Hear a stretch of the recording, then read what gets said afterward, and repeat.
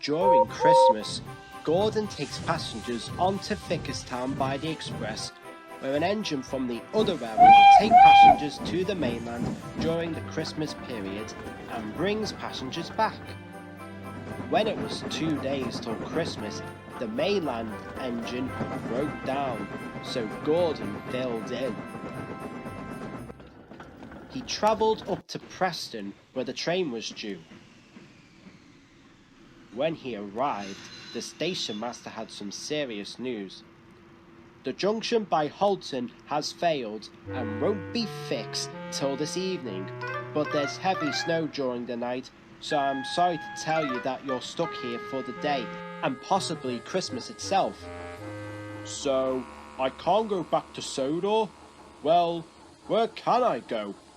There's a shed just by Ribble. You can spend the night there. And what about us? Where do we stay? We don't have enough money for a hotel. You can stay in the station house here. We will provide you with our hospitality. And that was sorted. The sheds at Ribble were full, so Gordon had to stay outside in a siding, alone and cold. On Sodor, the engines were settling down for the night. That's all the post sorted and delivered for Christmas now. I can happily help out with any jobs that is needed. I'm sure you've forgotten that you had your other jobs on the branch line too. At least you haven't had to deal with both passengers and goods work completely. What's the matter, Henry? Afraid of hard work or getting your paint ruined? Don't start. If it isn't Gordon, it's you, James. Speaking of Gordon, shouldn't he be back by now? About that, Thomas. The engines were surprised to see the Fat Controller walking over.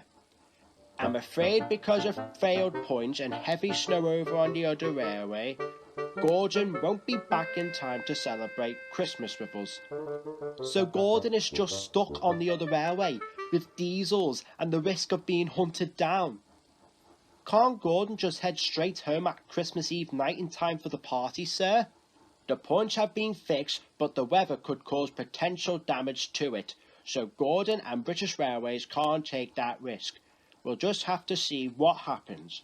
I wish you all a good night now. The Fat Controller turned on his heel and walked back to his car. The engines were worried.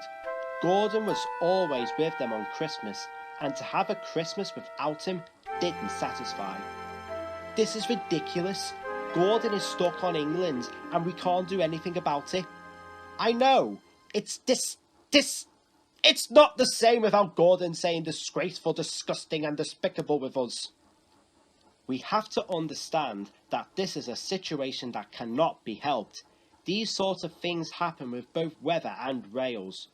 We have to just be hopeful that Gordon will be back with us on Christmas. The engines hoped so. Soon they were all asleep, except Thomas. He hated it that Gordon was alone, and even on Christmas too. His driver and fireman hadn't left yet, and the tank engine called them over. I can't just leave Gordon by himself. I hate to potentially disobey orders, but I want to go off and find him. Lucky for us, Thomas, his driver rang us and told us the news. Wait, really? Where is he? At an engine shed in Ribble outside of Preston. We are secretly going to take the risk and retrieve Gordon. Risky, yes, but Gordon and his crew don't deserve to be left stranded. Plus, we know the journey when we travelled up to York, so we'll have no trouble at all. Well, what are we waiting for? Let's go. We must get my snowplough while we're at it.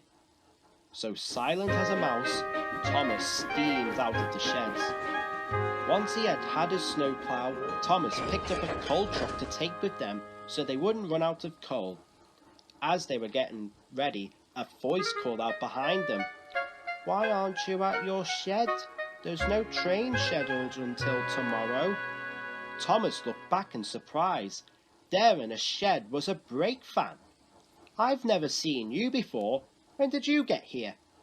I arrived 2 days ago. I'm the brake car that shall be going to help out with assisting on the goods work. I was supposed to come in the new year, but I was brought in earlier. as there was a risk of brake fan shortages on Sodor. So I see. What's your name? I'm Thomas.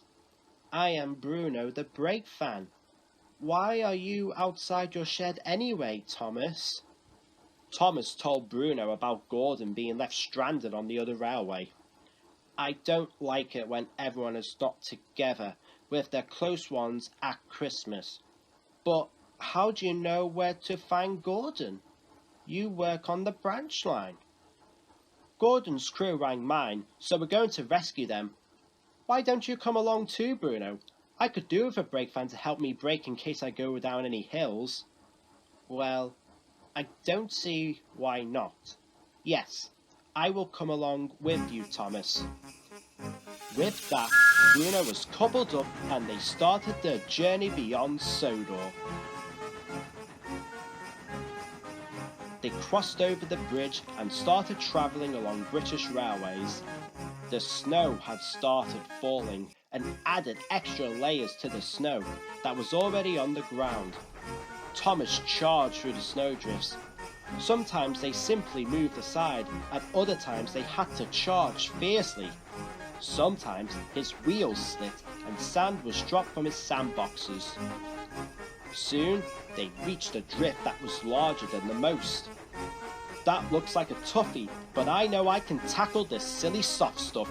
Thomas went full speed and stopped. He tried pushing the snow, but it didn't work. He tried backing, but that didn't work. They were stuck. Why can't I move? Driver, can't you drop some more sand? About that, we forgot to top up your sandbox before we made a move. So, we are stuck then. Great. Just great.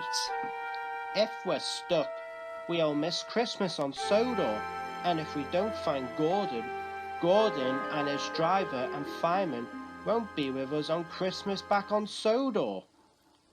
Suddenly, Thomas heard his name through echoes. Thomas! Thomas!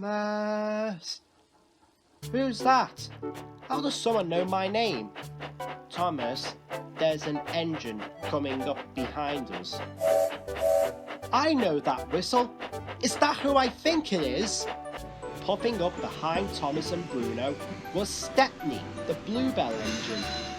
Well, I never. I thought I was seeing things at first, but I didn't expect to see you travelling along the UK. Boy, am I thrilled to see you, Stepney. Mind you, what are you doing here? Well, I was going to spend Christmas on Sodor with you all, but I was reported about the weather conditions, so I ended up finding a good shed at Newby Bridge. I stayed there as the snow fell down. My crew stayed with me to keep me company. But then, I saw an engine, and I just saw a single number 1 on the sides. I could have sworn it was you. There was a coal truck inside the shed, so my crew filled up my bunker and I followed after you. And here we are. Now then, what are you doing out of your comfort zone? Gordon took a passenger train up to Preston and he was left stranded because of failed points and the snow. So me and Bruno here are going off to rescue him and his crew. Why don't you come along with us?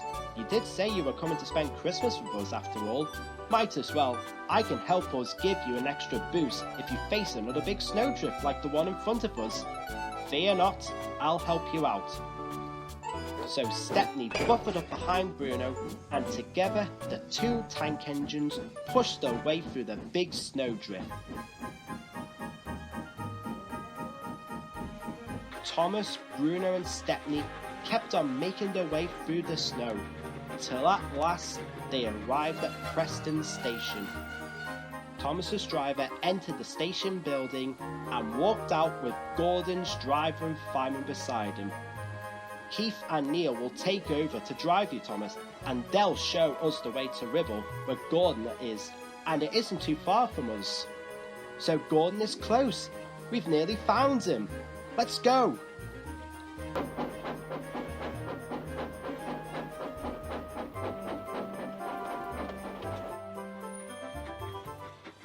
Gordon was still where he was. The big blue engine was cold, alone, and glum.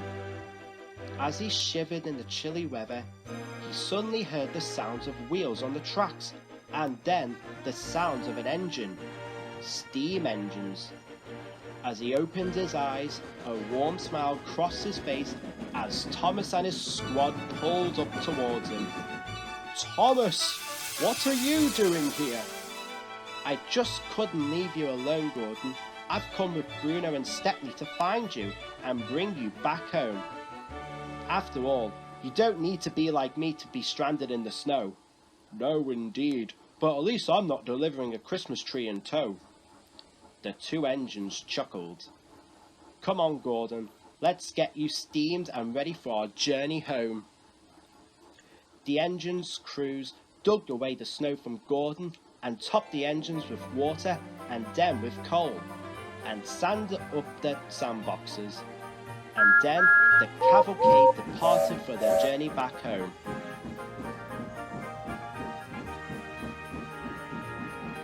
The engines charged through the snow, no matter what the size the drift was.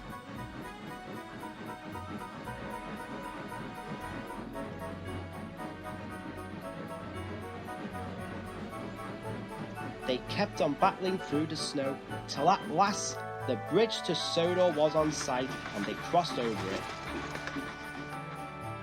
The engines were just waking up and getting ready for the day.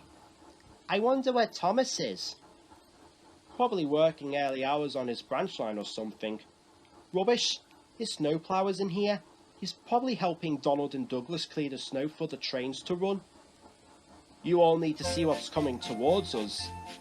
The engines couldn't believe their eyes. Coming into view was Thomas, with Gordon alongside him. "I can't believe what I'm seeing. Gordon is home for Christmas. Look behind him, it's Stepney too."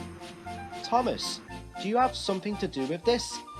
"Thomas ventured to the other railway and hunted me down and brought me back home." "I didn't do all the work by myself. I had help from all our engine crews, Bruno and Stepney. We as a team came together and fully made our Christmas for once and all, and a wonderful one." "I can't tell you how grateful I am for what you've done for me, little Thomas." "Well, we did form an alliance. United we stand, together we fall. You help me and I'll help you. Plus, Christmas just wouldn't be Christmas without our blue galloping sausage." The two friends chuckled. It was wonderful to be together again.